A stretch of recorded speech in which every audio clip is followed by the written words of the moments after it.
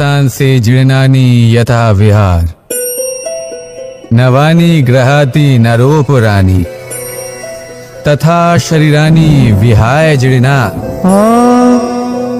नन्यानि सयाति नवानि दे। आत्मार कखनोई मृत्यु हय ना। आत्मा शुधु शरीर बदल करे, रूप बदल करे। और जेखाने आत्मार मृत्यु होते पारे ना सेखाने प्रेम किभाबे समाप्त होते पारे? कारण प्रेम हलो निजेई परमात्मार रूप।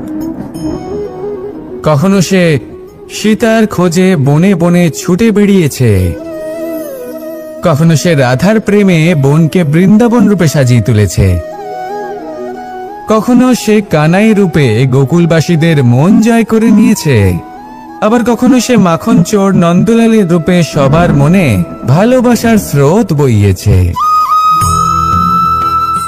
कखनो निजेर हाथे बाঁশি निये ताते भालोबासार सुर तुलेছে, आबार कखनो निजेर आंगुले सुदर्शन चक्र धारण करे धर्म एवं प्रेमेर बिरोधीदेर संहार करेছে।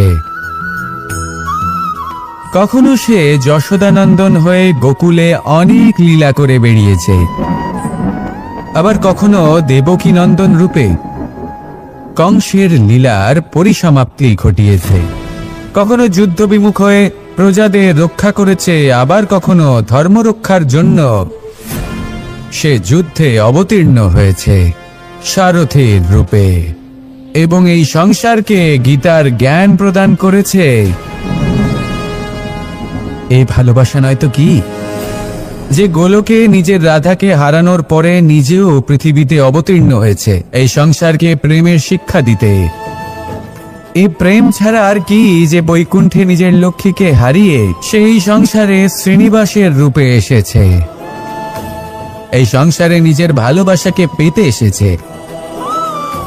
এই প্রেম হলো অনন্ত, এর যাত্রা হলো অনন্ত এবং এই প্রেম যার যাত্রার কোনো অন্ত নেই আর যার প্রভাব হলো সুগভীর, সেই পরমাত্মারূপী প্রেমকে এই প্রেম দূতের প্রণাম। আসুন আর আমার সাথে ভালোবেসে বলুন রাধা রাধা। কোনো বাড়িতে কোনো পরিবারে যখন কারোর জন্ম হয় তখন তা কত সুখের মুহূর্ত হয়। সেই ছোট্ট সন্তান যখন কিছুটা বড় হয় সে হাঁটার চেষ্টা করে, আর সেই প্রক্রিয়াতেও খুব বড় একটা শিক্ষা লুকিয়ে রয়েছে, ঠেলে দেওয়া। যখন আপনি হাঁটতে চান, সামনে এগোতে চান, তখন আপনি কি করেন? নিজের পায়ের তলার যে মাটি তাকে আপনি পেছনে ঠেলে দেন। ব্যাস, এই একই জিনিস তো জীবনেও শিখতে হবে। এবার যদি আপনি জ্ঞানের পথে অগ্রসর হতে চান তাহলে অজ্ঞানতাকে পেছনে সরিয়ে দিতে হবে। যদি আপনি প্রকাশের দিকে এগোতে চান তাহলে অন্ধকারকে পেছনে সরিয়ে দিতে হবে। যদি আপনি ভবিষ্যতে সফল হতে চান তাহলে অতীতের যে অসফলতাগুলিকে পেছনে সরিয়ে দিতে হবে। যে জল বইতে বইতে থেমে যায় তাকে আমরা নালা বলে থাকি, তার থেকে দুর্গন্ধ বের হয়, কিন্তু যে জল বইতেই থাকে তাকেই আমরা পবিত্র জল বলি। তাহলে আপনিও কর্ম করতে থাকুন, কখনো থামবেন না, আর আমার সাথে ভালোবেসে বলুন রাধা রাধা। কখনো কখনো আমাদের জীবনে দুঃখ আসে এবং তার কারণ হলো সন্দেহ।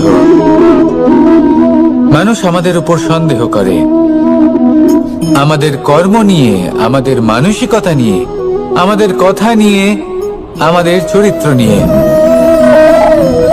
কখনো কখনো আমরা শুভ উদ্দেশ্য নিয়ে কারোর মঙ্গল কামনা করি, তার জন্য কোনো ভালো কর্ম করি, এবং সেই ব্যক্তি আমাদের বন্ধুত্ব নিয়েই, আমাদের সম্পর্ক নিয়ে, আমাদের সততা নিয়ে প্রশ্ন করতে থাকে, আমাদের সন্দেহ করে। তখন আমাদের দুঃখ হয়, কিন্তু এটা হওয়া উচিত নয়। কারণ যখনই কোনো ব্যক্তি আপনাকে সন্দেহ করছে তাতে আপনারই মূল্য বৃদ্ধি পাচ্ছে। এবার আপনি বলবেন এ কি করে সম্ভব হতে পারে? একটা কথা বলুন, আপনি কখনো শুনেছেন যে কয়লার শুদ্ধতার পরিমাপ করা হচ্ছে? শোনেননি, কারণ এমনটা কখনো হয়ই না। শুদ্ধতার পরখ শুধুমাত্র সোনার ক্ষেত্রে করা হয়। শুধুই তার শুদ্ধতা নিয়ে সন্দেহ প্রকাশ করা হয়। এই সোনাকে পরখ করা হয়, আর যখন এই সোনা এই পরীক্ষায় উত্তীর্ণ হয় তখন সেই সোনা কতটা মূল্যবান সেটা সংসার জানতে পারে। সেই রকমই এই সংসার আপনাকেও পরখ করবে। যখন আপনি এই পরীক্ষায় উত্তীর্ণ হবেন তখন আপনার মূল্য কতটা অধিক সেটা এই সংসারও জানতে পারবে। সেই জন্য যখনই কেউ আপনার উপর সন্দেহ করবে, দুঃখ পাবেন না। শুধু এই কথাটার খেয়াল রাখবেন, আপনি কি উচিত পথে চলেছেন, উচিত কর্ম করছেন। সকলের প্রতি আপনার মনে যেন সদ্ভাবনা থাকে। এবং হ্যাঁ, আপনি যেন আমার সাথে ভালোবেসে বলেন, রাধা রাধা। আশা এবং বিশ্বাস মানুষের জীবনের দুই অমূল্য স্তম্ভ। এটাই হলো ঢাল এবং এটাই হলো অস্ত্র। এটাই আমাদের রক্ষা করে এবং এটাই আমাদের জীবনের পথ প্রশস্ত করে। কিন্তু ছোট একটা সমস্যা আছে।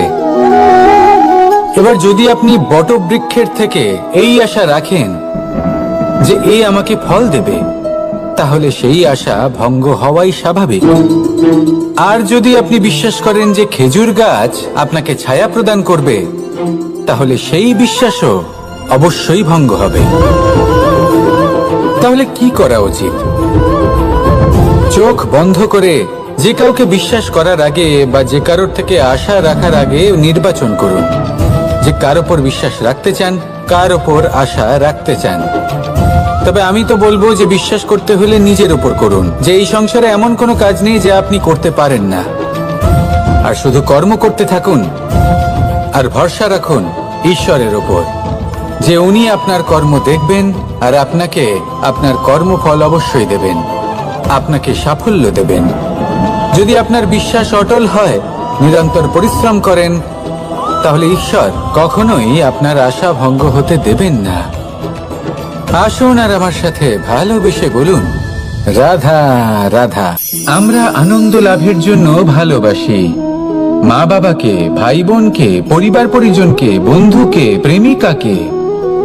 আমরা চাই যে সকলে যেন আপন হয়ে থাকেন, আমাদের কাছে থাকেন। কিন্তু মানুষের একটা প্রবৃত্তি আছে যে তিনি যা লাভ করে ফেলেন তার মূল্য তিনি বুঝতেই পারেন না। যদি আপনার বাড়ির কাছে একটা মিষ্টি জলের সরোবর থাকে বা সুন্দর নদী থাকে, তাহলে জলের গুরুত্বটা কি আপনি তা বুঝতেই পারবেন না। সেইখানে আপনি যদি কোনো একটা মরুভূমিতে যান, আপনি অনুভব করতে পারবেন যে এক একটা ফোঁটা জলের কি গুরুত্ব, তার মূল্য কি। সুখের মুহূর্তে যদি আপনজনদের মনে রাখেন, তবে দুঃখের মুহূর্ত নিজে থেকেই দূরে সরে যাবে। ভালোবাসা এবং তার সাথে স্মরণ করা, এটাই তো হলো জীবনের এবং ভালোবাসার আসল মূল্য। আসুন আর আমার সাথে ভালোবেসে বলুন, রাধা রাধা। আমাদের হাতটা দেখুন, এই হাতে 5টা আঙুল আছে যা ভিন্ন ভিন্ন ধরনের, একরকম কেন নয়? কারণ হলো প্রত্যেকের নিজের নিজের গুরুত্ব আছে, নিজের নিজের মাহাত্ম্য আছে। এরা ভিন্ন, তাই একত্রিত হয়ে মুষ্টিবদ্ধ করা সম্ভব, যার দ্বারা আমরা আত্মরক্ষাও করতে পারি, আবার আক্রমণও করতে পারি। যদি 5টি আঙুল সমান হতো তাহলে মুষ্টিবদ্ধ হতে পারত না, নিজেদের মধ্যে বিভ্রান্তির সৃষ্টি করত। এবার এরকমই কিছু আমাদের সংসারেও হয়। আমাদের দেশ, যেখানে একটি ভূমির ওপর ভিন্ন ভিন্ন ধর্মের মানুষ বাস করেন, ভিন্ন ভিন্ন জাতি, ভিন্ন ধর্ম, ভিন্ন ভাষা। কিন্তু যদি আমরা এটা ভাবি যে কিভাবে এই দেশকে কল্যাণের পথে নিয়ে যাওয়া যায়, কিভাবে এর বিকাশ করা সম্ভব, তাহলে আমাদের একত্রিত হওয়া শিখতে হবে। যেইভাবে 5টা আঙুল একত্রিত হয়, মুষ্টিবদ্ধ হয়, সেইভাবেই আপনার যে ভাষাই হোক, যে ধর্মই হোক, যে জাতি হোক না কেন, ঠিক আছে, আবশ্যক হলো আপনার নিজের কর্মভূমির সাথে, আপনার ধরিত্রীর সাথে যুক্ত থাকা, সাথে থাকা। তবেই দেশের উন্নয়ন সম্ভব, তবেই এই দেশ স্বতন্ত্র থাকবে, সফল হবে, আর এই মন প্রসন্ন হয়ে বলবে, রাধা রাধা। খেলা খেলতে কে না ভালোবাসেন? আমরা প্রত্যেকেই যখন সময় পাই, সুযোগ পাই, তখনই আমরা কোনো খেলা খেলি। খেলার সময় দুই ধরনের মানুষ ওখানে থাকেন। এক, যারা অংশগ্রহণ করেন, আর দুই, যারা দেখতে থাকেন, যারা দর্শক হয়ে দেখেন, যারা নিজের পক্ষের বিজয়ের ফলে উচ্ছ্বসিত হয়ে থাকেন, পরাজয়ের ফলে শোক পালন করেন, পরামর্শ দিয়ে থাকেন। আর বিজয়ী কে হন? বিজয়ী তিনি হন যিনি অংশগ্রহণ করেন। নির্বাচন আপনাকে করতে হবে, আপনি কি করতে চান? আপনি কি খেলোয়াড় হতে চান, নাকি আপনি দর্শক হতে চান? যদি আপনি বিজয়ের আনন্দ লাভ করতে চান, সেই রোমাঞ্চ অনুভব করতে চান, তাহলে খেলতে হবে। ময়দানে আপনাকে নামতেই হবে। পরাজয়ের সম্ভাবনার ভয়ের সাথে আপনাকে লড়াই করতেই হবে। বিপক্ষের আহ্বানকে স্বীকার করতেই হবে, খেলোয়াড় হয়ে উঠতে হবে।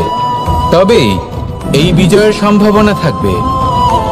আসলে কি, দর্শক হয়ে পরামর্শ দেওয়া অত্যন্ত সহজ। ময়দানে নেমে অংশগ্রহণ করা অত্যন্ত কঠিন। আর এখানে যেটা সহজ, তা আপনাকে বিজয়ের পথে কখনোই নিয়ে যাবে না। আসুন আমার সাথে ভালোবেসে বলুন, রাধা রাধা। কখনো এই প্রকৃতির দিকে তাকিয়ে থাকবেন। এই প্রকৃতি অনেক ধরনের শিক্ষা দেয়। কোন একটা গাছকে দেখুন, কিভাবে সে মাটি থেকে জল শুষে নেয়। সে ঝড় হোক বা হোক কড়া রোদ, সব সহ্য করে এবং অবশেষে সে ফল ধারণ করে। আর সেই ফল উৎপন্ন করার পরে সে ফল কিন্তু সে নিজে গ্রহণ করে না, এই সংসারকে প্রদান করে, যাতে পশু পাখি মানুষ তারা এই ফল গ্রহণ করে শক্তিশালী হয়ে উঠতে পারে, সুস্থ থাকতে পারে। সেভাবেই নদী, সরোবর এরা নিজেরাও কিন্তু নিজেদের জল গ্রহণ করে না, মাটিকে প্রদান করে, পশু পাখিকে প্রদান করে। সূর্য নিজেও নিজের জন্য প্রজ্বলিত হয় না, সে প্রকাশ ছড়িয়ে দিতে চায় আমাদের সবার কাছে, সে আলো পৌঁছে দিতে চায়। এই প্রত্যেকের কর্মে পরমার্থ নিহিত আছে, আর সেই জন্যই এদের সকলকে পুজো করা হয়। তাই মনে রাখবেন, আপনার কাছে জীবন যাপনের অতিরিক্ত যা কিছুই আছে তা পরমার্থের জন্য। তাহলে তার সদ্ব্যবহার করুন আর আমার সাথে ভালোবেসে বলুন, রাধা রাধা। পরিবর্তন, এটা হলো সৃষ্টির অমূল্য নিয়ম। এই সংসারে সবকিছু সময়ান্তরে পরিবর্তিত হয়, এই সময়ও পরিবর্তিত হয়। পরিবর্তন চিরকাল হয়ে এসেছে আর চিরকাল হতে থাকবে। কিন্তু এবার আমরা সেই পরিবর্তন কিভাবে লাভ করব, যেটা আমাদের প্রয়োজন, যেটা আমরা চাই? আমরা জীবনে বিকাশ চাই। এই বিকাশ কিভাবে লাভ করতে পারি? এই প্রকৃতি কিন্তু আমাদের অত্যন্ত উত্তম উদাহরণ দিয়ে বুঝিয়েছে। একটি বিন্দুর উদাহরণ দিয়েছে, যা ভবিষ্যতে একটা বিশাল নদীর আকার ধারণ করে। এটা কিভাবে হয়? মেঘ থেকে একটি বিন্দু ঝরে পড়ে সেই পর্বতের ওপর যেখানে হিম আছে। সেই হিমের সংস্পর্শে আসা মাত্র সেই বিন্দুর সাথে আরো বেশ কিছু বিন্দু যুক্ত হয়। তারপর তারা অগ্রসর হয়, আরো কিছু বিন্দু যুক্ত হয়, আস্তে আস্তে একটা ক্ষীণ ধারার রূপ ধারণ করে এবং সেটাই ভবিষ্যতে আরো এগোতে থাকে। অনেকটা যাওয়ার পর যখন অনেক সংখ্যক বিন্দু একসাথে যুক্ত হয়, তখন সেটা বিশাল নদীর আকার ধারণ করে। এবার আমরা মানুষ বলে আমাদের সাথে এই নিয়মের অন্যথা হয় তা নয়। আমরাও এই প্রকৃতির অংশ, আমাদের ক্ষেত্রেও একই নিয়ম প্রযোজ্য। যখন পরিশ্রম করে অনেক সংখ্যক বিন্দু আমরা একত্রিত করব, তখনই পরিবর্তনের নদী প্রবাহিত হবে। প্রয়োজন হলো নিরন্তর পরিশ্রম করা এবং ধৈর্য ধরা। এটা করতে থাকুন, জীবনে সবকিছু লাভ করতে পারবেন।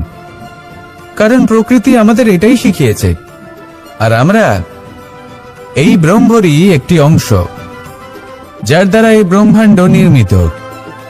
আসুন আমার সাথে ভালোবেসে বলুন, রাধা রাধা। প্রত্যেক মানুষ নিজের জীবনে দুঃখ অনুভব করেন।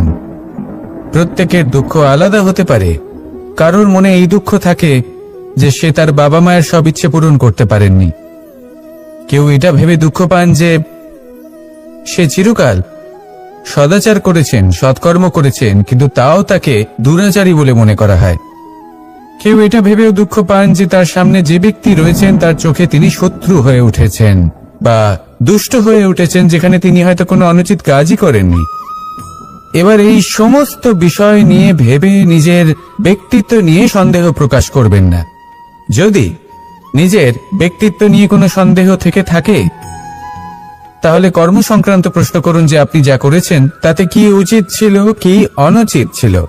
যেটা প্রয়োজন সেটা এটা বোঝার যে আপনার অন্তর্মন, আপনার বিবেক আপনাকে কি বলছে, আর আপনার অন্তর্মন আর আপনার বিবেক আপনাকে যেটা করতে বলবে শুধু সেটাই করুন।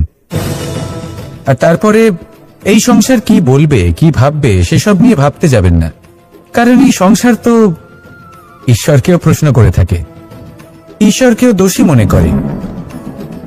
কখনো কখনো যখন কোনো ঘটনা মানুষের ইচ্ছা অনুযায়ী ঘটে না, তখন মানুষ এটা বলে যে হে ঈশ্বর, আপনি আমার পাশে থাকলেন না, আপনি বড়ই কঠোর, এটা আপনার দোষ। যেখানে বেশিরভাগ সময় হয়তো সে নিজেই নিজের কর্মফল ভোগ করছে, আর কখনো কখনো ঈশ্বর হয়তো তার জন্য আরো ভালো কোনো পরিকল্পনা করে রেখেছেন, কিন্তু মানুষ সেটা বুঝতে পারে না। তাই দিনের শেষে যেটা প্রয়োজন সেটা হলো নিজের মনের কথা বুঝতে হবে। আপনার বিবেক কি বলছে শুধু সেটাই করুন, আর সামনে এগোতে থাকুন। আমার সাথে ভালোবেসে বলুন রাধা রাধা। পাশা নামক এই খেলাটি আপনারা নিশ্চয়ই খেলেছেন, না খেলে থাকলে দেখেছেন, আর যদি দেখেও না থাকেন তাহলে নিশ্চিত রূপে শুনেছেন। মহাভারতের এই মহাযুদ্ধ কোথাও না কোথাও এই পাশা নামক খেলার কারণে হয়েছিল। পাশার এই বিচিত্র খেলা, দান, এইসবের কারণে কেউ নিজের মাথায় রাজ মুকুট পরিধান করেছিলেন, আবার সেখানে পরাজিত হওয়ার জন্য কাউকে বনবাসও ভোগ করতে হয়েছিল। কিন্তু এই খেলা সমাপ্ত হওয়ার পরে সমস্ত ঘটি আর এই পাশার ছক একই পুটলিতে স্থান পেল। এটাই হলো আমাদের জীবন। এই সংসারে আমরা জয় পরাজয়ের বিষয়ে এতটাই ভাবি, এত চিন্তা করি যে এই জীবনের খেলার আনন্দটাই উপভোগ করতে পারি না। আর অবশেষে কি হয়? কেউ জয়ী হন, কেউ পরাজিত হন, কিন্তু দুজনেই একই স্থানে পৌঁছে যান। প্রত্যেক ব্যক্তি মৃত্যুর পরে একটি নির্দিষ্ট স্থানেই পৌঁছতে বাধ্য, কিন্তু ততক্ষণ এই জীবন, এই খেলা, তার আনন্দ উপভোগ করুন। এই সংসারে সেই ব্যক্তি শ্রেষ্ঠ স্থানে পৌঁছতে পেরেছেন যিনি এই সংসারকে প্রকাশ প্রদান করেছেন, যিনি কখনো জয় পরাজয় এ বিষয়ে ভাবেননি, শুধু এই জীবনের খেলার আনন্দ উপভোগ করেছেন।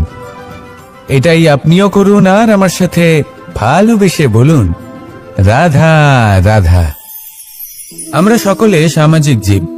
মানুষের সাথে দেখা সাক্ষাৎ করা এটা চিরকালই চলতে থাকে।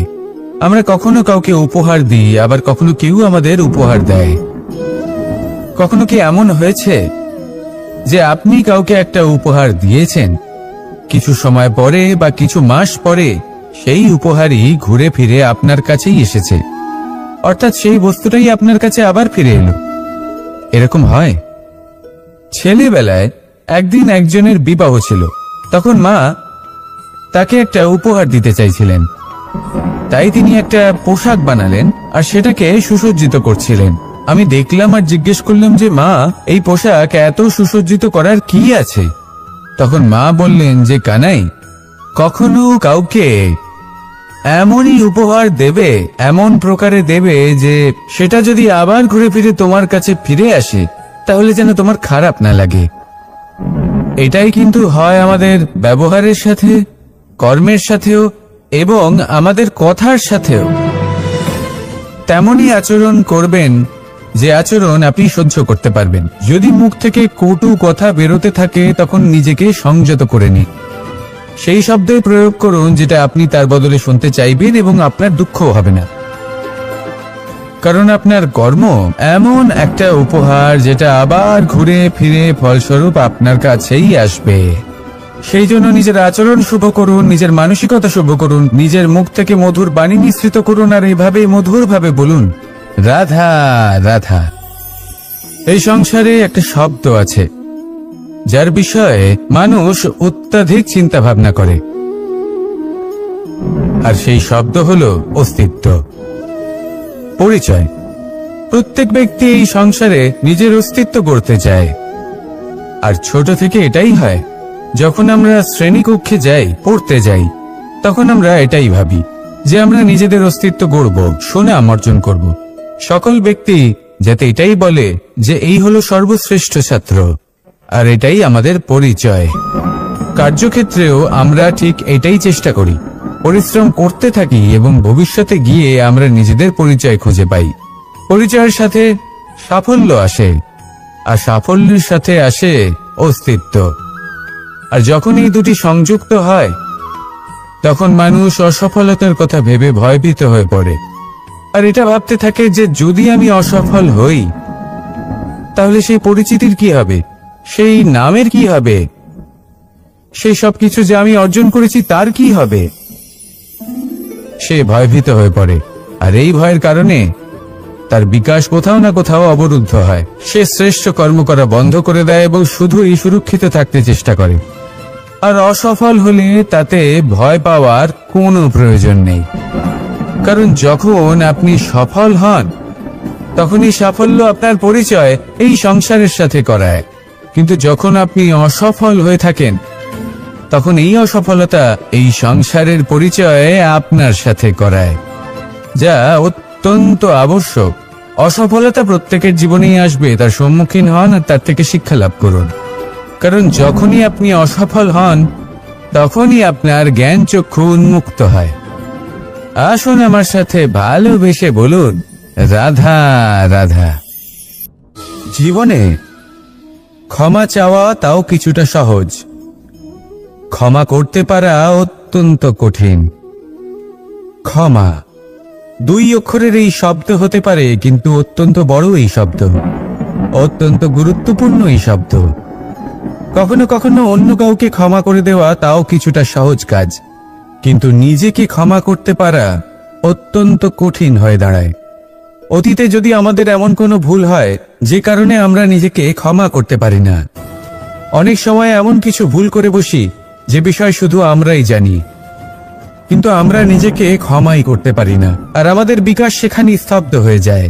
কারণ যদি আপনি ক্ষমা করতে না শেখেন, নিজেকে ক্ষমা যদি না করতে পারেন, তাহলে তা আপনার জীবনের সব থেকে বড় বাধা হয়ে দাঁড়াবে। সেই জন্য জীবনে অবশ্যই শিখুন যে কিভাবে নিজেকে ক্ষমা করতে হয়, আর শিখুন যে আগের করা ভুল আবার কি করে না করা যেতে পারে। এই মন হালকা হবে আর প্রসন্ন হয়ে বলবে, রাধা রাধা। আজ আমি আপনাকে একটা ছোট্ট কাহিনী শোনাবো। একবার আমি, রাধা আর দাদা, আমরা তিনজনে মিলে লুকিয়ে একটা উপবনে গেলাম আম পেড়ে খেতে।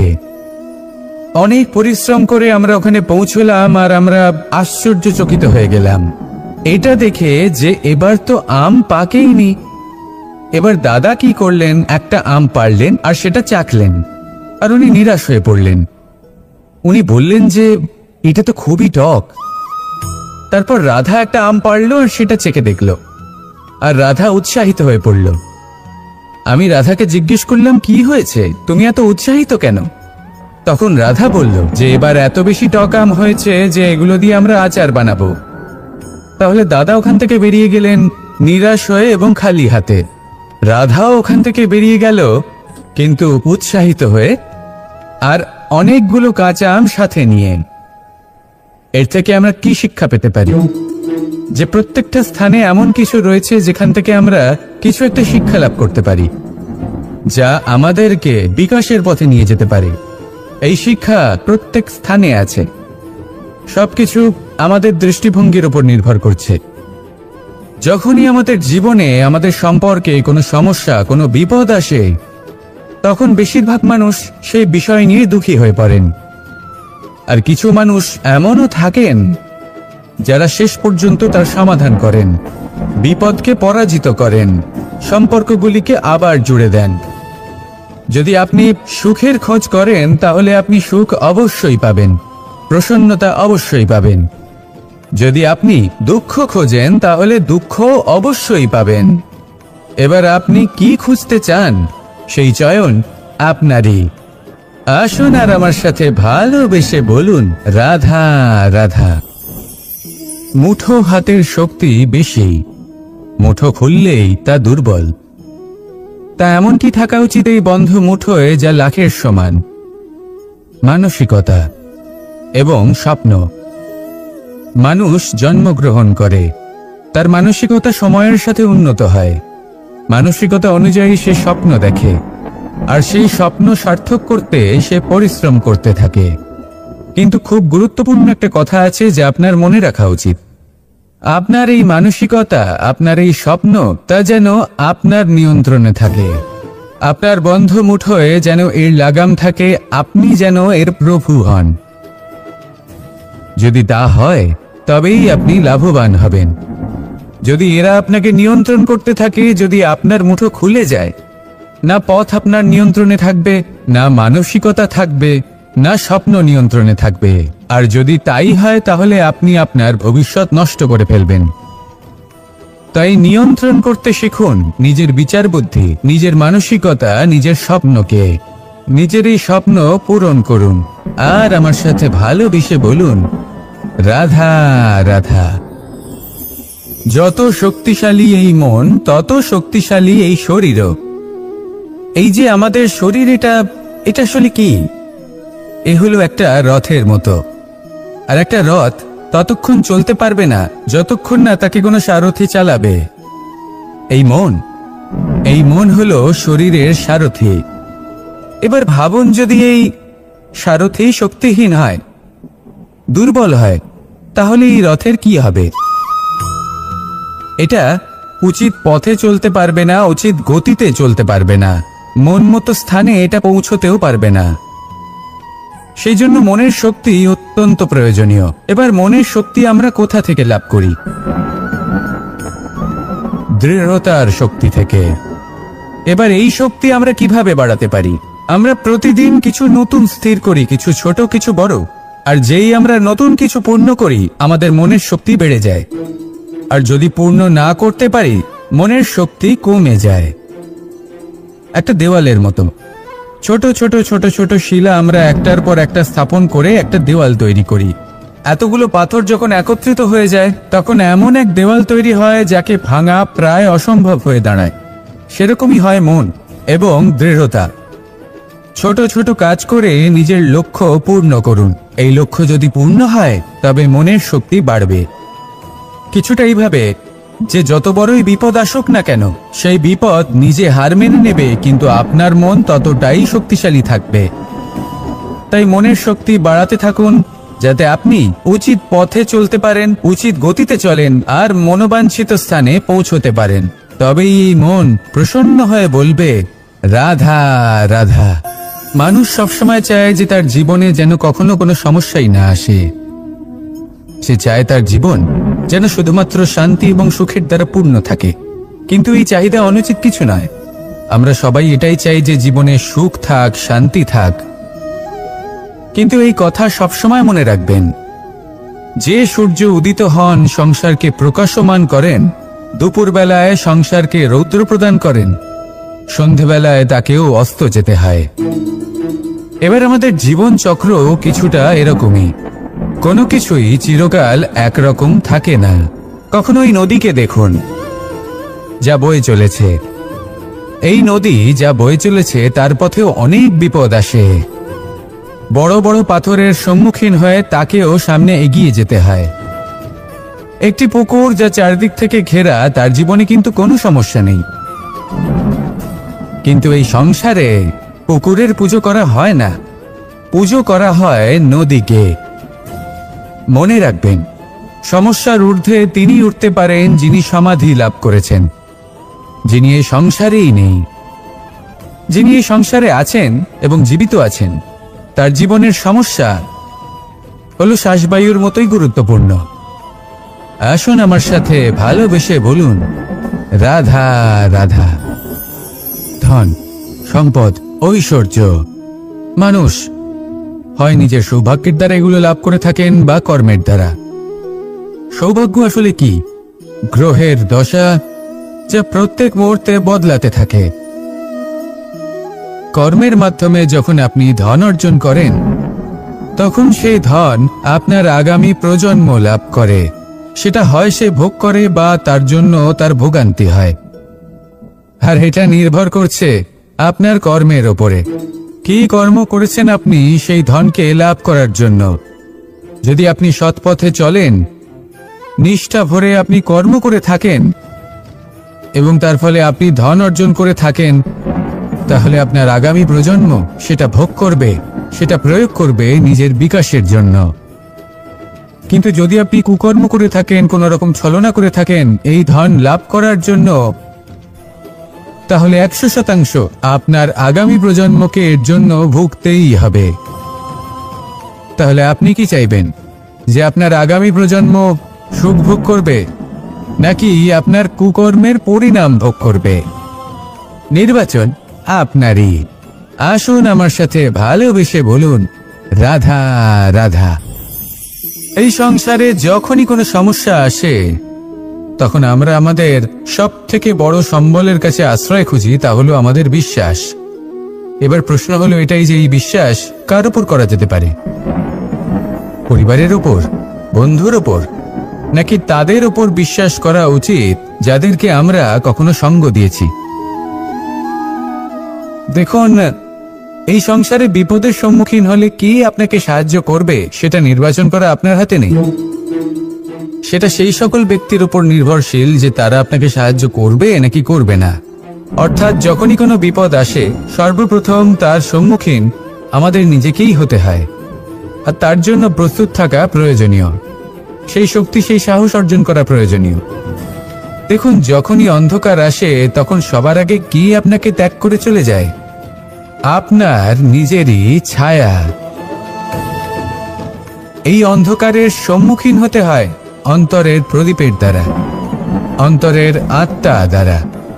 তবেই আপনি অন্ধকারের ওপর জয়লাভ করতে পারবেন। সেই জন্য যে বিপদই আসুক না কেন নিজেকে তার জন্য প্রস্তুত রাখা উচিত। সেই সাহস নিয়ে আসুন। এমন কোনো বিপদ নেই যা আপনাকে ভেঙে দিতে পারে। আসুন আমার সাথে ভালোবেসে বলুন রাধা রাধা। आसान से जीर्णानि यथा विहार, नवानि ग्रहाति नरोपराणि, तथा शरीरानि विहाय जीर्णा, नन्यानि सयाति नवानि दे। আত্মার কখনোই মৃত্যু হয় না। আত্মা শুধু শরীর বদল করে, রূপ বদল করে। আর যেখানে আত্মার মৃত্যু হতে পারে না সেখানে প্রেম কিভাবে সমাপ্ত হতে পারে? কারণ প্রেম হলো নিজেই পরমাত্মার রূপ। কখনো সে সীতার খোঁজে বনে বনে ছুটে বেরিয়েছে, কখনো সে রাধার প্রেমে বনকে বৃন্দাবন রূপে সাজিয়ে তুলেছে, কখনো সে কানাই রূপে গোকুলবাসীদের মন জয় করে নিয়েছে, আবার কখনো সে মাখন চোর নন্দলালের রূপে সবার মনে ভালোবাসার স্রোত বইয়েছে। কখনো নিজের হাতে বাঁশি নিয়ে তাতে ভালোবাসার সুর তুলেছে, আবার কখনো নিজের আঙুলে সুদর্শন চক্র ধারণ করে ধর্ম এবং প্রেমের বিরোধীদের সংহার করেছে। কখনো সে যশোদানন্দন হয়ে গোকুলে অনেক লীলা করে বেরিয়েছে, আবার কখনো দেবকী নন্দন রূপে কংসের লীলার পরিসমাপ্তি ঘটিয়েছে। কখনো যুদ্ধ বিমুখ হয়ে প্রজাদের রক্ষা করেছে, আবার কখনো ধর্ম রক্ষার জন্য সে যুদ্ধে অবতীর্ণ হয়েছে সারথীর রূপে, এবং এই সংসারকে গীতার জ্ঞান প্রদান করেছে। এই ভালোবাসা নয় তো কি? যে গোলকে নিজের রাধাকে হারানোর পরে নিজেও পৃথিবীতে অবতীর্ণ হয়েছে এই সংসারকে প্রেমের শিক্ষা দিতে। এই প্রেম ছাড়া আর কি যে বৈকুণ্ঠে নিজের লক্ষ্মীকে হারিয়ে সেই সংসারে শ্রীনিবাসের রূপে এসেছে। এই সংসারে নিজের ভালোবাসাকে পেতে এসেছে। এই প্রেম হলো অনন্ত, এর যাত্রা হলো অনন্ত, এবং এই প্রেম যার যাত্রার কোনো অন্ত নেই আর যার প্রভাব হলো সুগভীর, সেই পরমাত্মারূপী প্রেমকে এই প্রেম দূতের প্রণাম। আসুন আর আমার সাথে ভালোবেসে বলুন, রাধা রাধা। কোনো বাড়িতে কোনো পরিবারে যখন কারোর জন্ম হয় তখন তা কত সুখের মুহূর্ত হয়। সেই ছোট্ট সন্তান যখন কিছুটা বড় হয় সে হাঁটার চেষ্টা করে, আর সেই প্রক্রিয়াতেও খুব বড় একটা শিক্ষা লুকিয়ে রয়েছে, ঠেলে দেওয়া। যখন আপনি হাঁটতে চান, সামনে এগোতে চান, তখন আপনি কি করেন? নিজের পায়ের তলার যে মাটি তাকে আপনি পেছনে ঠেলে দেন। ব্যাস, এই একই জিনিস তো জীবনেও শিখতে হবে। এবার যদি আপনি জ্ঞানের পথে অগ্রসর হতে চান তাহলে অজ্ঞানতাকে পেছনে সরিয়ে দিতে হবে। যদি আপনি প্রকাশের দিকে এগোতে চান তাহলে অন্ধকারকে পেছনে সরিয়ে দিতে হবে। যদি আপনি ভবিষ্যতে সফল হতে চান তাহলে অতীতের যে অসফলতাগুলিকে পেছনে সরিয়ে দিতে হবে। যে জল বইতে বইতে থেমে যায় তাকে আমরা নালা বলে থাকি, তার থেকে দুর্গন্ধ বের হয়। কিন্তু যে জল বইতেই থাকে তাকেই আমরা পবিত্র জল বলি। তাহলে আপনিও কর্ম করতে থাকুন, কখনো থামবেন না। আর আমার সাথে ভালোবেসে বলুন, রাধা রাধা। কখনো কখনো আমাদের জীবনে দুঃখ আসে এবং তার কারণ হলো সন্দেহ। মানুষ আমাদের উপর সন্দেহ করে, আমাদের কর্ম নিয়ে, আমাদের মানসিকতা নিয়ে, আমাদের কথা নিয়ে, আমাদের চরিত্র নিয়ে। কখনো কখনো আমরা শুভ উদ্দেশ্য নিয়ে কারোর মঙ্গল কামনা করি, তার জন্য কোনো ভালো কর্ম করি, এবং সেই ব্যক্তি আমাদের বন্ধুত্ব নিয়েই, আমাদের সম্পর্ক নিয়ে, আমাদের সততা নিয়ে প্রশ্ন করতে থাকে, আমাদের সন্দেহ করে। তখন আমাদের দুঃখ হয়, কিন্তু এটা হওয়া উচিত নয়।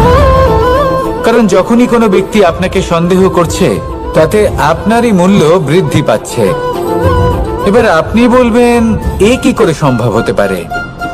একটা কথা বলুন, আপনি কখনো শুনেছেন যে কয়লার শুদ্ধতার পরিমাপ করা হচ্ছে? শোনেননি, কারণ এমনটা কখনো হয়ই না। শুদ্ধতার পরখ শুধুমাত্র সোনার ক্ষেত্রে করা হয়, শুধুই তার শুদ্ধতা নিয়ে সন্দেহ প্রকাশ করা হয়। এই সোনাকে পরখ করা হয়, আর যখন এই সোনা এই পরীক্ষায় উত্তীর্ণ হয় তখন সেই সোনা কতটা মূল্যবান সেটা সংসার জানতে পারে। সেই রকমই এই সংসার আপনাকেও পরখ করবে। যখন আপনি এই পরীক্ষায় উত্তীর্ণ হবেন তখন আপনার মূল্য কতটা অধিক সেটা এই সংসারও জানতে পারবে। সেই জন্য যখনই কেউ আপনার উপর সন্দেহ করবে, দুঃখ পাবেন না। শুধু এই কথাটার খেয়াল রাখবেন, আপনি কি উচিত পথে চলেছেন, উচিত কর্ম করছেন। সকলের প্রতি আপনার মনে যেন সদ্ভাবনা থাকে। এবং হ্যাঁ, আপনি যেন আমার সাথে ভালোবেসে বলেন, রাধা রাধা। আশা এবং বিশ্বাস মানুষের জীবনের দুই অমূল্য স্তম্ভ। এটাই হলো ঢাল এবং এটাই হলো অস্ত্র। এটাই আমাদের রক্ষা করে এবং এটাই আমাদের জীবনের পথ প্রশস্ত করে। কিন্তু ছোট একটা সমস্যা আছে। এবার যদি আপনি বটবৃক্ষের থেকে এই আশা রাখেন যে এ আমাকে ফল দেবে, তাহলে সেই আশা ভঙ্গ হওয়াই স্বাভাবিক। আর যদি আপনি বিশ্বাস করেন যে খেজুর গাছ আপনাকে ছায়া প্রদান করবে, তাহলে সেই বিশ্বাসও অবশ্যই ভঙ্গ হবে। তাহলে কি করা উচিত? চোখ বন্ধ করে যে কাউকে বিশ্বাস করার আগে বা যে কারোর থেকে আশা রাখার আগে নির্বাচন করুন যে কার ওপর বিশ্বাস রাখতে চান, কার ওপর আশা রাখতে চান। তবে আমি তো বলবো যে বিশ্বাস করতে হলে নিজের ওপর করুন, যে এই সংসারে এমন কোনো কাজ নেই যা আপনি করতে পারেন না। আর শুধু কর্ম করতে থাকুন আর ভরসা রাখুন ঈশ্বরের ওপর। যে উনি আপনার কর্ম দেখবেন আর আপনাকে আপনার কর্মফল অবশ্যই দেবেন, আপনাকে সাফল্য দেবেন। যদি আপনার বিশ্বাস অটল হয়, নিরন্তর পরিশ্রম করেন, তাহলে ঈশ্বর কখনোই আপনার আশা ভঙ্গ হতে দেবেন না। আসুন আর আমার সাথে ভালোবেসে বলুন, রাধা রাধা। কখনো কোনো বাগানের কোনো বৃক্ষকে দেখেছেন যেখানে সুগন্ধি ফুল থাকে, রসালো ফল থাকে? তখন মন প্রফুল্ল হয়ে ওঠে, মন থেকে সেই বৃক্ষের প্রতি ভালোবাসা জন্মায়। কিন্তু যিনি বাগানের মালিক, শুধুমাত্র তিনিই জানেন যে কিভাবে এই বৃক্ষকে আগলে রাখতে হয়, কিভাবে তার পরিচর্যা করলে এতে সুন্দর সুগন্ধি ফুল হবে, রসালো ফল হবে। কখনো কখনো প্রয়োজনের থেকে বেশি রোদ পেলে এই বৃক্ষগুলি শুকিয়ে যায়, প্রয়োজনের থেকে কম রোদ পেলেও এই বৃক্ষ কিন্তু শুকিয়ে যায়। প্রয়োজনের থেকে কম জল যদি পায়, এই বৃক্ষ শুকিয়ে যেতে পারে। প্রয়োজনের থেকে অতিরিক্ত জল যদি পায়, তখনও এই বৃক্ষের শিকড়গুলি নষ্ট হয়ে যেতে পারে। এবার এটাই কিন্তু আমাদের সংসারের সাথেও হয়। আমাদের সংসারের সকল প্রতিভাশালী ব্যক্তি, যেমন লেখক, বিচারক, প্রবক্তা, যোদ্ধা, এদের সবার ক্ষেত্রে এই কথাটাই প্রযোজ্য। যদি বেশি প্রশংসা করা হয়, তাহলেও এরা হারিয়ে যাবেন। প্রয়োজনের থেকে বেশি যদি নিন্দা করা হয়, তখনও তারা নত হয়ে পড়বেন।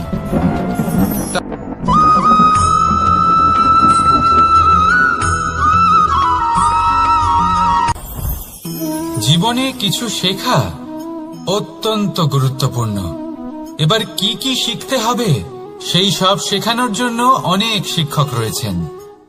কিন্তু কি শিখবেন না আর কি করবেন না, এটা আমাদের নিজের অভিজ্ঞতা দিয়ে শিখতে হয়। কিন্তু তার মানে এটা নয় যে যদি আপনাকে শিখতে হয় যে আগুনের তাপ কতটা, আপনাকে আগুনের মধ্যে হাত দিতে হবে। না, অন্য কারোর অভিজ্ঞতা দ্বারাও শিখতে পারেন। প্রশ্ন শুধুমাত্র একটাই যে আপনি কি শিখতে চান নাকি চান না। যদি আপনি এটাই ভাবেন যে আমি শুধুই নিজের অভিজ্ঞতা দ্বারাই শিখতে চাই, তাহলে জীবনকাল ছোট মনে হবে, অনেক কিছুই শিখতে পারবেন না।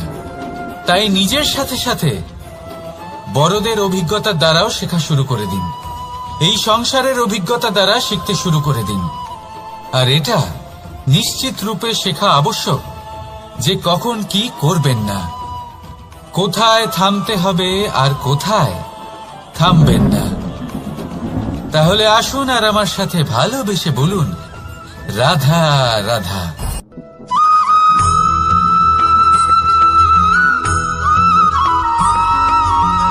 এই সংসারে সবথেকে বেশি কোমল বস্তু হলো রেশম। এই রেশম এতটাই কোমল হয় যে এর পুরো একটা থান শুধুমাত্র একটা হাতে ধরা সম্ভব। কখনো ভেবে দেখেছেন এই রেশম কিভাবে হয়? একটি কীট তার লালার দ্বারা উৎপন্ন হয়। এই কীট সেই রেশমকে পাক দিতে থাকে, পাক দিতেই থাকে আর আস্তে আস্তে তার মধ্যেই জড়িয়ে পড়ে। শেষে ওর এই সুন্দর অমূল্য সৃষ্টি রেশমের এই সুতো, তার নির্মাণ কার্য পূর্ণ হয়। কিন্তু তাতেই ও নিজে বন্দী হয়ে যায়। নিজেরই মায়াজালের এই বন্দী গৃহে নিজেই ফেঁসে যায়। এবার এই সুতোকে ব্যবহারযোগ্য করে তোলার জন্য এই কীটগুলিকে এই কবচের সাথেই ফুটন্ত জলে ফেলে দেওয়া হয়। এই সংসারে যদি আমাদের স্বপ্ন এই সংসারের দুঃখ হরণ করার জন্য, এই সংসারে সুখ বিতরণ করার জন্য হয়, তবেই আমাদের প্রগতি সম্ভব। যদি আমাদের এই স্বপ্ন শুধুই আমাদের এবং আমাদের স্বার্থ সিদ্ধির জন্য হয়, তাহলে এই স্বপ্ন আমাদের অন্ধ করে দেবে, আমাদের অন্ধকারের পথে নিয়ে যাবে, আর আমরাও সেই কীটের মতো হয়ে যাব। নিজেদেরই মায়াজালে আমরা নিজেই ফেঁসে যাব। আর শেষে আমরা যদি কিছু লাভ করি, তা হবে একাকিত্ব, অন্ধকারময় মৃত্যু। তাই স্বপ্ন অবশ্যই দেখুন, কিন্তু এমনভাবে স্বপ্ন দেখবেন না যে তার এই বন্দিগৃহে আপনি নিজেই ফেঁসে গেলেন। স্বপ্ন দেখুন পরোপকারে।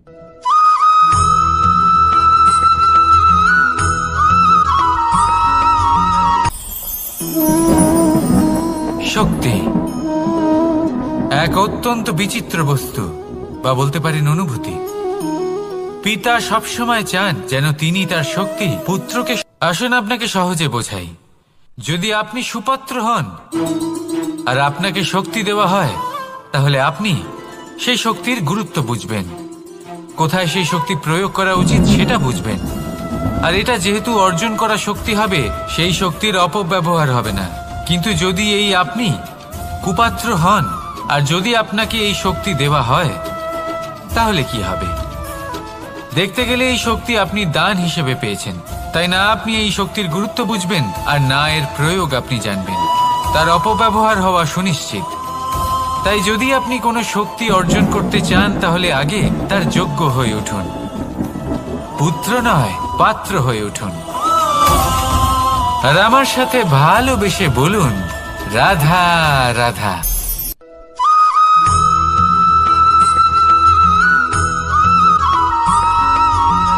এই সংসারে প্রত্যেক মানুষ এটাই চান যে তিনি যেন ধনবান হন, আর্থিক অবস্থা তার ভালো থাকে, ওনার বাড়িতে লক্ষ্মীর আগমন হয়। কিন্তু সেটা হবে কি করে, সেটাই হলো প্রশ্ন। কেউ বলেন যে যদি পরিশ্রম করো তাহলে ধন অর্জন সম্ভব, কেউ বলেন যে যদি বিদ্যা লাভ হয় তবেই ধন অর্জন সম্ভব, কেউ বলেন যে যদি বলশালী হও তবেই সম্পন্ন থাকবে। ভালো কথা, যদি তাই হয়ে থাকে, তবে দিনমজুর সারা দিন পরিশ্রম করেন, তিনি কেন ধনী হন না? অনেকজন বিদ্বান মানুষ আছেন এই সংসারে, তারা কেন ধনবান হন না? অনেক সংখ্যক বলশালী ব্যক্তি আছেন, তাদের কাছে ধন নেই কেন? তাদের কেন ধনের অভাব হয়? আবার এমনও কিছু মানুষ আছেন যারা পরিশ্রম করেন, তারা দিনমজুর, কিন্তু তারা ধন অর্জন করতে পারেন। কিছু বিদ্বান ব্যক্তি আছেন যাদের কাছে অধিক মাত্রায় ধন রয়েছে। কয়েকজন বলশালী ব্যক্তি রয়েছেন যাদের কাছে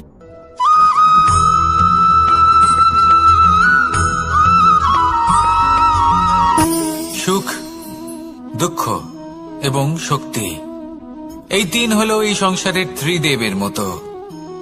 আমাদের জীবনে যা কিছু ঘটছে এই তিনটির ভিত্তির উপরেই হচ্ছে।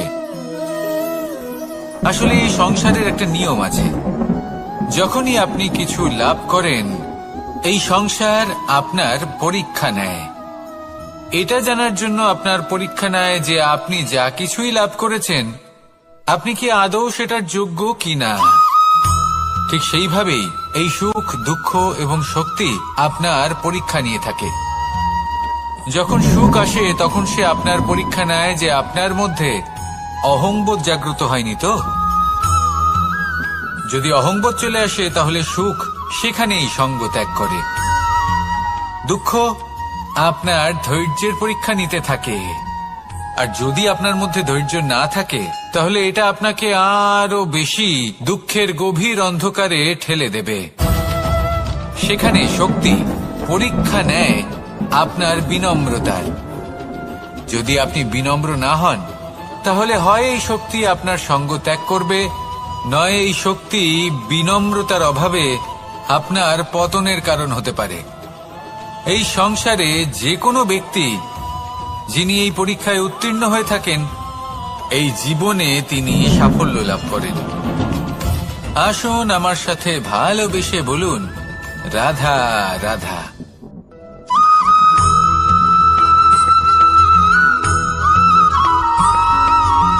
পঞ্চতত্ত্বের মধ্যে দ্বিতীয় তত্ত্ব হল ধরণী, ভূমি, যাকে আমরা ধরণী মাতা বলি। এই ধরণী ধৈর্য ধারণ করে, আর এর উপরেই আমাদের সমগ্র সংসার নির্ভরশীল। কারণ এই ভূমি সহ্য ক্ষমতা রাখে, এর সহ্য ক্ষমতা হল অপরিসীম। সন্তান যতই আঘাত প্রদান করুক না কেন, প্রেম পূর্বক সহ্য করে, আর তার বদলে অমূল্য রত্ন প্রদান করে। সন্তান যদি হাল চালায়, তাহলে তার বদলে তাকে অন্ন প্রদান করে। এটাই হলো ধরণী। এবার এর থেকে আমরা কি শিক্ষা পেতে পারি? এটাই যে কারোর জন্য কিছু করা বা কাউকে কিছু দেওয়া মনে কোনো কামনা ছাড়াই। আর এই কথাটা বুঝে যান, যদি কারোর জন্য কামনা না রেখে বা কোনো পাওয়ার আশা না রেখে কারোর জন্য কিছু করেন বা কারোকে কিছু দেন, যদি এটা আপনি শিখতে পারেন তবে আপনি ভালোবাসতে শিখে গেছেন। আর সেই জন্যই এই ধরিত্রীকে মাতা বলা হয়, কারণ মাতা শুধু উনি নন যিনি গর্ভে সন্তানকে ধারণ করেন, মাতা তো উনিও যিনি জীবন বাঁচতে শেখান, যিনি জীবন বাঁচার উদাহরণ প্রদান করেন। তাহলে ধরনীর থেকে এই নিঃস্বার্থ ভাব শিখুন, নিঃস্বার্থ ভালোবাসা শিখুন, আর এই ভালোবাসার সাথেই বলুন রাধা রাধা।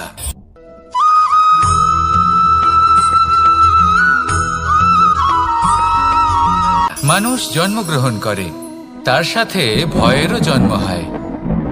ছোটবেলা থেকেই আমাদের মনে কোনো না কোনো প্রকারের ভয় থেকেই যায়।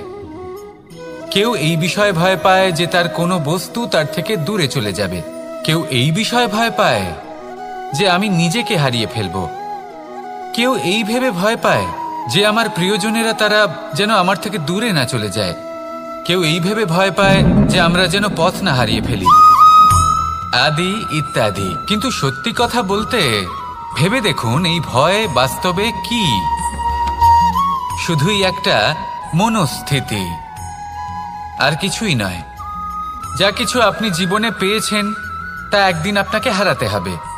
এই জীবন হলো আপনারই, কিন্তু তাও একদিন সমাপ্ত হবে। তাই ভয় পেয়ে কি লাভ? এই ভয় শুধু আপনাকে জীবন যাপন করা থেকে বাধা দিচ্ছে, আর কিচ্ছু নয়। পথ হারিয়ে ফেললেই বুঝতে পারবেন যে নতুন পথ কিভাবে বানাতে হয়। কিছু মানুষকে জীবন থেকে হারালে তবেই আপনি বুঝবেন যে আপনার আপনজনকে। এই ভয়ের কারণে ভীত হয়ে থাকবেন না। এই তারা নক্ষত্র অন্ধকারের অভাবে গুরুত্ব হারায়। শিবকেও মহাদেব হওয়ার জন্য বিষপান করতে হয়েছিল। প্রত্যেক পরিস্থিতি, প্রত্যেক সাফল্য আপনার পরীক্ষা নেবে, তাতে উত্তীর্ণ হওয়া হলো আপনার কর্ম। যখনই আপনি ভয় পাবেন বা সংকটের সম্মুখীন হবেন, তখন সাহসের সাথে তার সম্মুখীন হন। মনে রাখবেন, যে সম্মুখীন হতে জানে সাফল্য তার সাথে সবসময় থাকে। আসুন আর আমার সাথে ভালোবেসে বলুন রাধা রাধা।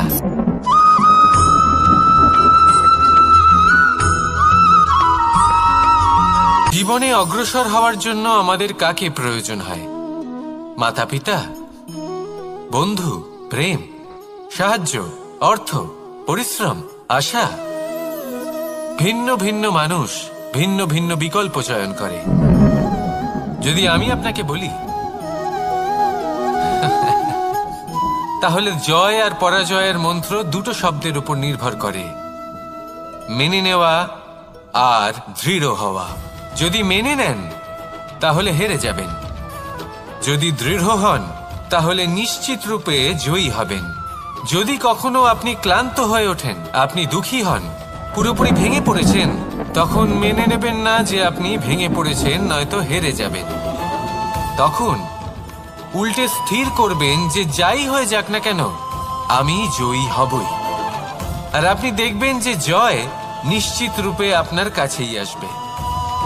তাহলে এই কথা মনে রাখবেন আর আমার সাথে ভালোবেসে বলবেন রাধা রাধা।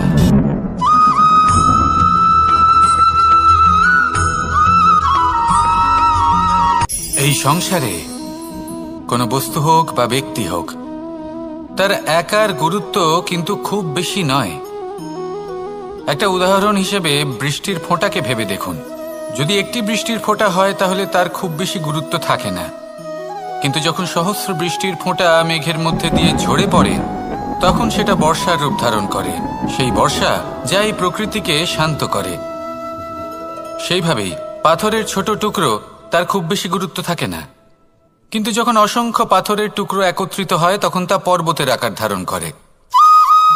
সেইভাবেই কিছু মানুষ যখন একত্রিত হন তখন তৈরি হয় পরিবার, কিছু পরিবার যখন একত্রিত হয় তখন তৈরি হয় সমাজ, যখন অনেক সংখ্যক সমাজ একত্রিত হয় তখন তৈরি হয় রাজ্য। এবার এই রাজ্যের সবথেকে গুরুত্বপূর্ণ ব্যক্তি হতে পারেন রাজা, কিন্তু তাও সেই রাজা একা কিছু করতে পারেন না। যুদ্ধ লড়ার সময় তারও নিজের সৈন্যদলকে প্রয়োজন পড়ে। কিন্তু এই সংসারে এমন একজন ব্যক্তি আছেন যিনি একাই সব কাজ করতে থাকেন, এবং সেই ব্যক্তি হলেন মা। আমাদের জীবনে একজন পিতার ভূমিকা কিন্তু নিঃসন্দেহে অমূল্য, কিন্তু আমাদের সকলের জীবনে যে ভূমিকা একজন মায়ের তা অন্য কারোর থাকে না। একজন মা একাই সন্তানকে বড় করতে পারেন, সংস্কারী করে তুলতে পারেন, তার জন্য পরিশ্রম করেন। আর এত কিছু কাজ করার পরেও তার কাজের জন্য তিনি প্রশংসা অবশ্য পান না। উল্টে যদি সেই সন্তান অনুচিত পথে চালিত হয়, অনুচিত কর্ম করে, তখন সেই মাকেই অপবাদের পাত্র হয়ে উঠতে হয়। আমাদের জীবনে মায়ের যোগদান কতটা সেটা বুঝুন। আপনাকে বড় করে তোলার জন্য উনি কতটা পরিশ্রম করেছেন সেটা বুঝুন। আজ থেকে, এখন থেকে, এই মুহূর্ত থেকে মাকে সম্মান করতে শিখুন। যখন সময় পাবেন, যখন সুযোগ হবে, তখন তার প্রশংসা করুন, ওনারও ভালো লাগবে। আর মায়ের এই মমতার জন্য, তার এই ভূমিকার জন্য আসুন সবাই মিলে আমরা তাকে প্রণাম করি, আর সকলে মিলে ভালোবেসে বলি, রাধা রাধা।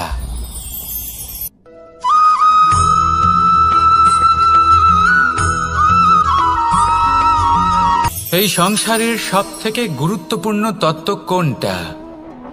প্রথম হলো সময়। জন্ম থেকে মৃত্যু পর্যন্ত এই যে সময়, এটাই তো হলো জীবন।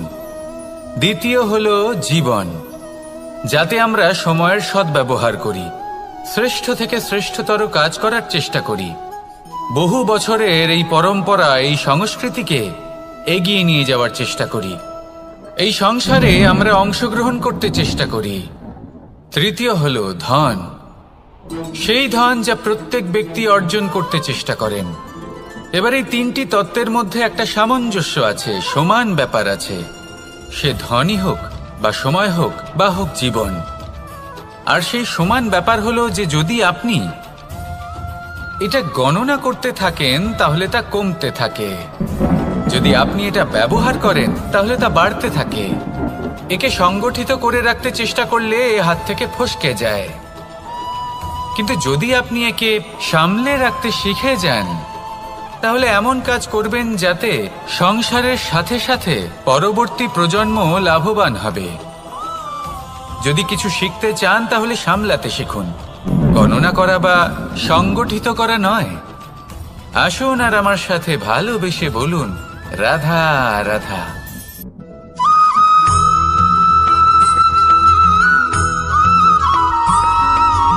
কথায় আছে, প্রত্যেক পুত্র তার পিতার প্রতিচ্ছবি হয়, আর সমস্ত প্রতিচ্ছবি চায় যেন সে তার অস্তিত্ব প্রাপ্ত করতে পারে। পুত্র চায় সে যেন তার পিতার মতো হয়, বা কখনো কখনো তার থেকেও শ্রেষ্ঠ হয়। সেটা কোনো অনুচিত ব্যাপার নয়। অনুচিত তখন হয় যখন পুত্র নিজের পিতার মতো হবার স্বপ্ন পূরণ করতে গিয়ে বা তার থেকেও শ্রেষ্ঠ হওয়ার স্বপ্ন পূরণে অনুচিত পথের আশ্রয় নেয়।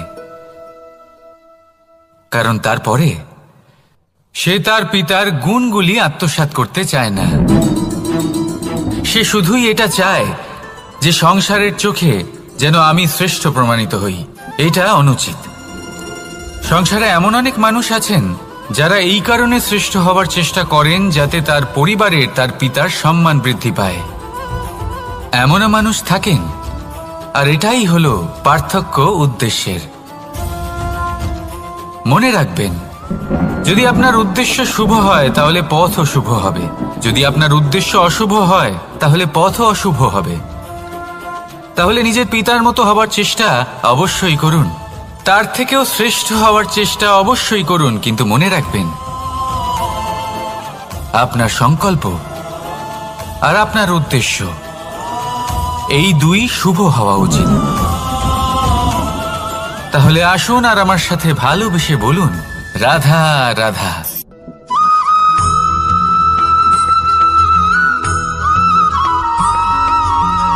পিতা আর পুত্রের সম্পর্ক অত্যন্ত মধুর হয়ে থাকে।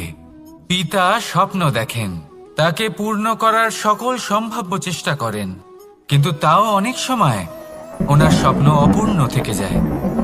তখন পিতা ভাবেন যে স্বপ্ন উনি পূর্ণ করতে পারেননি, ওনার সন্তান তা অবশ্যই পূরণ করবে। যে স্থানে উনি কখনো পৌঁছতে পারেননি, সেই স্থানে ওনার পুত্র অবশ্যই পৌঁছবে। পিতা নিজের সন্তানের ভবিষ্যৎ নিয়ে সেই স্বপ্ন দেখেন, আর যখন সেই সন্তান সামনে এগোতে থাকে তখন তার দুঃখ হয় না, বরং গর্ব হয়। ওনার ভালো লাগে এটা দেখে যে ওনার সন্তান অনেক উন্নতি করছে। কিন্তু যখন সন্তান নিজের অভিভাবকের শক্তি দেখে, তার যশ দেখে হিংসা করতে থাকে, সমস্যা সেইখানেই শুরু হয়। সেই জন্য সকল সন্তানকে এটা মনে রাখতে হবে, দেখুন, পুত্র হবার সুবাদে, এক সন্তান হবার সুবাদে এটা হলো আপনার অধিকার যে আপনি আপনার পিতার থেকে বেশি উন্নতি করবেন। আপনার পিতাও এটাই চান, কিন্তু সুস্থভাবে এটা করুন। একটা রেখা টেনে নিন যাতে আপনি তাতে এগোতে পারেন আর আপনার পিতার তাতে গর্ববোধ হয়, আর সেই বিষয়ে দুঃখ না হয় যে আমার সন্তান আমাকেই ছোট করার চেষ্টা করছে। ইতিহাস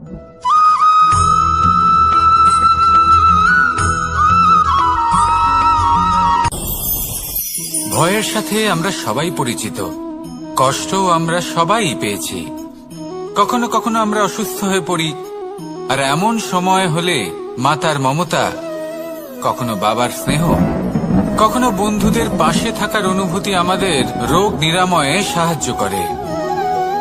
কখনো যদি আমরা নিরাশ হয়ে পড়ি, তখন যদি আমাদের কোনো আপনজন আমাদের দুটো ভালো কথা বলে, তখন আমাদের মনোবল বেড়ে যায়। ঠিক তেমন সংসারের এই রঙ্গমঞ্চে যদি আপনি পীড়িত অনুভব করেন, কিছু শুভ কথা আলোচনা করুন, কিছু স্তুতি গান করুন, কিছু মুহূর্তের জন্য হলেও নিজের ইষ্টদেবের কথা স্মরণ করুন আর প্রার্থনা করুন। সাহস বাড়বে, শক্তিও বৃদ্ধি পাবে এবং সামনে এগিয়ে চলার পথও দেখতে পাবেন। তখন এই মন প্রসন্ন হয়ে বলবে, রাধা রাধা।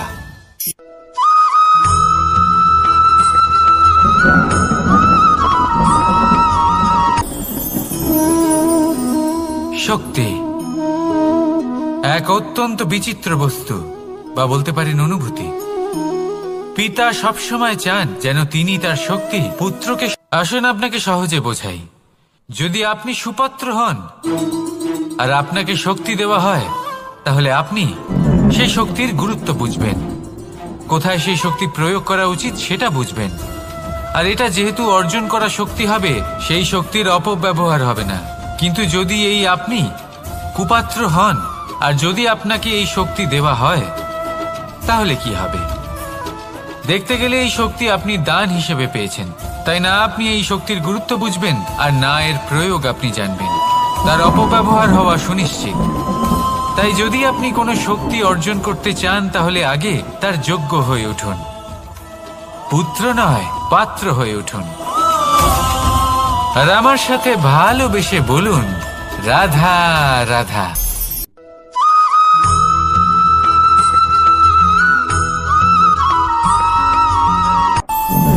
আমাদের মনে যখন কোনো প্রশ্ন ওঠে, কোনো দ্বন্দ্ব জাগে, তখন আমরা যাই আমাদের গুরুর কাছে, আমাদের আরাধ্যের কাছে গিয়ে জিজ্ঞেস করি। এইভাবেই একদিন আমি পৌঁছলাম আমার আরাধ্যের কাছে, আমার মহাদেবের কাছে, আর ওনাকে প্রশ্ন করলাম যে মহাদেব, জীবনে আনন্দ পাওয়ার, উৎসব পালনের, প্রেম ভাগ করে নেবার, জীবনকে উপভোগ করে নেওয়ার সর্বশ্রেষ্ঠ সময় কোনটা? মহাদেব হাসলেন আর উনি বললেন, জীবনে উৎসব পালনের সবথেকে শ্রেষ্ঠ দিন হলো মৃত্যুর ঠিক আগের দিনটা। প্রেম ভাগ করে নেওয়ার সবথেকে শ্রেষ্ঠ মুহূর্ত হলো মৃত্যুর ঠিক আগের মুহূর্ত। জীবনকে উপভোগ করে নেওয়ার সর্বশ্রেষ্ঠ প্রহর হলো মৃত্যুর এক প্রহর পূর্বে। তখন আমি চমকে গেলাম। আমি বললাম, কিন্তু মহাদেব, মৃত্যু তো অনিশ্চিত, আমরা জানিও না কবে আমাদের মৃত্যু হবে। মহাদেব আবার হাসলেন উনি বললেন যে যদি আমরা এভাবে জীবন কাটাই যে আমরা জীবনের প্রত্যেক দিন, প্রত্যেক মুহূর্ত, প্রত্যেক প্রহর শেষ বলে মনে করি, তাহলে আমাদের সমস্ত জীবন আনন্দের সাথেই অতিবাহিত হবে। কি বলেন?